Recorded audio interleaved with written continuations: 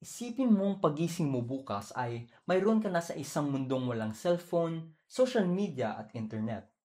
Para sa karamihan sa atin na namubuhay sa modernong panahon, tila ba ito ay ang pagbalik sa sinaunang panahon. Isang sitwasyon puno ng kalituhan at pagkabalisa. Pero bakit nga ba? Ito ay dahil nabubuhay tayo sa panahon ng mabilisang pag-usbong ng teknolohiya kung saan ang ugnayan ng kabataan at teknolohiya ay hindi lamang mahalaga kundi malalim na nakaugat sa ating pang-araw-araw na buhay. Ang teknolohiya ay hindi na lamang kasangkapan, ito ay naging essential sa ating pamumuhay. Hindi maikakailang napakaraming hatid na benepisyo ng teknolohiya, lalo na sa kabataan. Ibinubukas nito ang daan sa walang kapantay na akses na impormasyon na pinalalawak ang ating kaalaman at kakayahang matuto.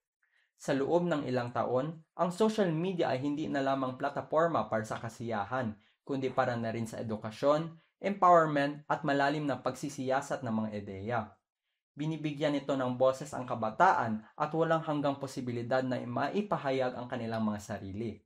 Sa pamamagitan ng social media, naging posible ang pakikipag-usap sa anumang parte ng mundo at sabay na nagbibigyan ng oportunidad na maging malikhain. Isang paraang lamang noon na ngayon ay isang napakagandang katotohanan. Kaya naman, habang tinatamasan natin ang kapangyarihan ng teknolohiya, mahalagang magkaroon tayo ng limitasyon at balanse. Bilang kabataan, responsibilidad natin na gamitin ito ng tama at kilalanin ang palatandaan ng kung hanggang saan lang dapat ang ating paggagamit.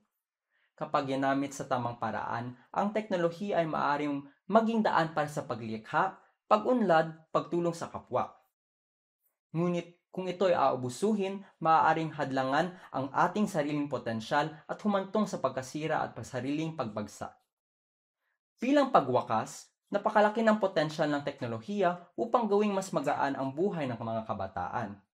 May hahambing ito sa isang apoy na kung gagamitin ng tama, ito ay magbibigay liwanag sa ating buhay.